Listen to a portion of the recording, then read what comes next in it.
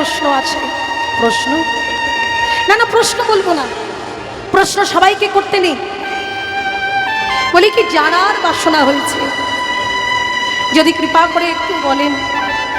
আচ্ছা বলুন, যদি আমার জানা থাকে আমি অবশ্যই বলবো, কিন্তু যদি জানা না থাকে তাহলে তো বলতে পারবো না। সঙ্গে সঙ্গে দেবর্ষি নারদ মুনি বললেন, যমরাজ আপনি কি বলতে পারেন হরি নামের মাহাত্ম্য কি? যমরাজ বলছেন, দেবর্ষি আমি তো বলতে পারবো না।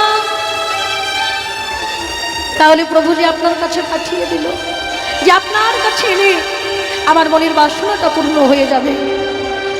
ও মায়েরা, সঙ্গে সঙ্গে যমরাজ বলছে, দেবর্ষি হরিনাম করলে কি ফল হয় সেটা আমি জানি না, কিন্তু হরিনাম না করলে কি ফল হয় সেটা আমি জানি, সেটা আমি বলতে পারবো। তাহলে আমার সঙ্গে একটু চলুন। মায়েরা, তখন দেবর্ষি নারদকে সঙ্গে নিয়ে কোথায় গেল না, যেখানে যেখানে পাপীরা পাপ করে শাস্তি ভোগ করছে। ও মায়ের 28টা নরকুণ্ড, এক একটা কুণ্ডতে 100টা করে কুণ্ড, তাহলে হয় 2800টা কুণ্ড। সেই যে যেমন পাপ করেছে সে সেই কুণ্ডতে গিয়ে সেই পাপ ভোগ করছে। পাপীদের শাস্তি দেখে নারদ মুনি বলে উঠল, কি বলল? হরি হরি বল, হরি হরি বল, হরি হরি বল, হরি হরি বল, হরি বল, হরি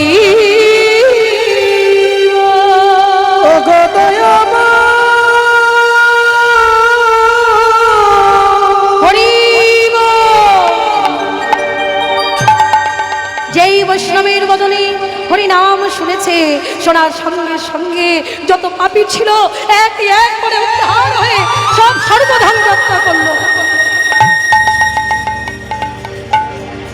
তখন যমরাজ দেবর্ষি নারদকে দেখিয়ে বলছে, দেবর্ষি এই দেখুন হরিনামের ভক্ত। যদি কোনো মানুষ জন্ম জন্মান্তরে যদি কারোর পাপ রাশি জমে থাকে, জমে থাকার পরেও ভুল করে যদি কোনোদিন বৈষ্ণবের মুখে কৃষ্ণ নাম শোনে, যদি বৈষ্ণবের বদনে হরিনাম শোনে, তাহলে তার জন্ম জন্মান্তরের পাপ রাশি সব এক এক করে পরিভূত হয়ে যায়। হৃদয় গৌর প্রেমানন্দে হরি হরি। ভালোবাসা ততদিন যতদিন এই খাঁচার মধ্যে সেই কথা বলা পাখিটা রয়েছে, ততদিন।